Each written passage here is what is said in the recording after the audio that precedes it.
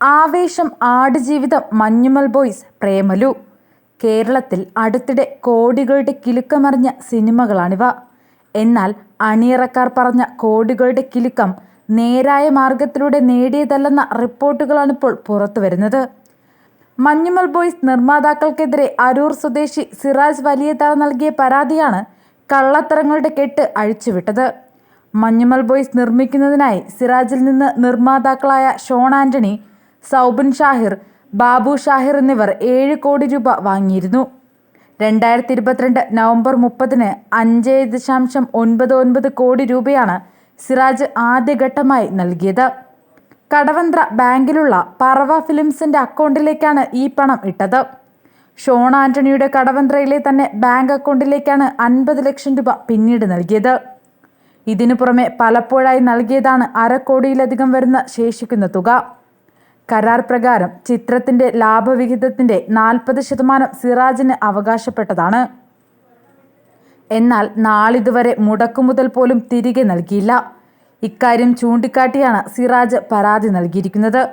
പിന്നാലെ കോടതി പറവ ഫിലിംസിന്റെയും Sean ആന്റണിയുടെയും bank അക്കൗണ്ടുകൾ മരവിപ്പിച്ചിരുന്നു.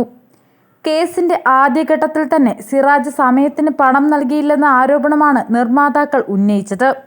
അതുമൂലം കനത്ത സാമ്പത്തിക നഷ്ടമുണ്ടായെന്നും ഇവർ ആരോപിച്ചിരുന്നു. കൃത്യസമയത്ത് പണം ലഭിക്കാത്തതിനാൽ ഷൂട്ട് ഷെഡ്യൂളുകൾ മുടങ്ങുകയും ഷൂട്ടിംഗ് നീണ്ടുപോവുകയും ചെയ്തെന്നും അവർ കോടതിയെ അറിയിച്ചിരുന്നു. എന്നാൽ ഇതെല്ലാം കള്ളമാണെന്ന് പോലീസ് അന്വേഷണത്തിൽ കണ്ടെത്തിയതോടെയാണ് കാര്യങ്ങൾ കീഴ്മേൽ മറിഞ്ഞത്. നിർമ്മാതാക്കളുടെ ചതിയുടെ വിശദീകരിക്കുന്ന റിപ്പോർട്ടാണ് പോലീസ് ഹൈക്കോടതിയിൽ സമർപ്പിച്ചിരിക്കുന്നത്. ചതി ആരംഭിച്ചത് പൂർത്തിയാവാതെ ഇരുന്ന ഷൂട്ടിങ്ങിന്റെ ആദ്യ ഷെഡ്യൂൾ കഴിഞ്ഞെന്ന് വിശ്വസിപ്പിച്ച് ആദ്യ ഗഡുവായി പണം വാങ്ങിയത് മുതലാണ്. കൂടാതെ 22 കോടി സിനിമയ്ക്കായി ചെലവായി എന്ന് കള്ളം പറഞ്ഞു. യഥാർത്ഥത്തിൽ ചിത്രത്തിന്റെ മുടക്കുമുതൽ 18.65 കോടി മാത്രമാണ്. ഇതിൽ 7 കോടിയാണ് സിറാജ് വലിയതറ മുടക്കിയത്.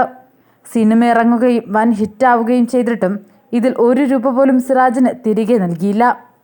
അപ്പോൾ ശേഷിക്കുന്ന നിക്ഷേപത്തിന്റെ സ്രോതസ് നിർമ്മാതാക്കൾ വെളിപ്പെടുത്തേണ്ടതാണ്. നിലവിലെ റിപ്പോർട്ട് അനുസരിച്ച് ഇരുവരും ഇത് ചെയ്തിട്ടില്ല. മാത്രമല്ല, മാധ്യമങ്ങളുമായി സംസാരിക്കാൻ തയ്യാറാവുകയോ വിഷയത്തിൽ വ്യക്തത വരുത്തുകയോ ചെയ്തിട്ടില്ല. രണ്ടാമതായി, ഇവയ്ക്കെല്ലാം നിയമപരമായ മാർഗത്തിലൂടെയാണോ കൈപ്പറ്റിയത് എന്നതാണ്. അവയ്ക്കെല്ലാം രേഖകളുണ്ടായിരിക്കണം. മൂന്നാമതായി, പറവ ഫിലിംസിന്റെ ബാങ്ക് രേഖകൾ പരിശോധിച്ച പോലീസ് തന്നെ സാമ്പത്തിക തട്ടിപ്പ് സ്ഥിരീകരിച്ചിട്ടുണ്ടെന്നതാണ്. ഇതിൻ്റെ എല്ലാം സത്യാവസ്ഥ വരും ദിനങ്ങളിൽ വ്യക്തമാവേണ്ടതാണ്.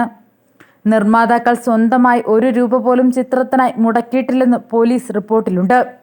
നിർമ്മാതാക്കളായ ഷോൺ ആന്റണി, സൗബിൻ ഷാഹിർ, ബാബു ഷാഹിർ എന്നിവർ നടത്തിയത് വൻ സാമ്പത്തിക തട്ടിപ്പാണെന്നാണ് അന്വേഷണ റിപ്പോർട്ട് വ്യക്തമാക്കുന്നതും. മലയാളത്തിലെ ആദ്യ 200 കോടി സിനിമയെന്ന ഖ്യാതിയിൽ നിൽക്കവെയാണ് മഞ്ഞുമൽ ബോയ്സ് ടീമിനെതിരെ ഇത്രയും വലിയ തട്ടിപ്പാരോപണം പുറത്തു വരുന്നതെന്നും ശ്രദ്ധേയമാണ്. പോലീസ് കണ്ടെത്തലോടെയാണ് മലയാള സിനിമയെ ഞെട്ടിച്ച മറ്റൊരു നീക്കമുണ്ടായത്. എൻഫോഴ്സ്മെന്റ് ഡയറക്ടറേറ്റ് മഞ്ഞുമൽ ബോയ്സ് നിർമ്മാതാക്കളുടെ പിന്നാലെ എത്തി.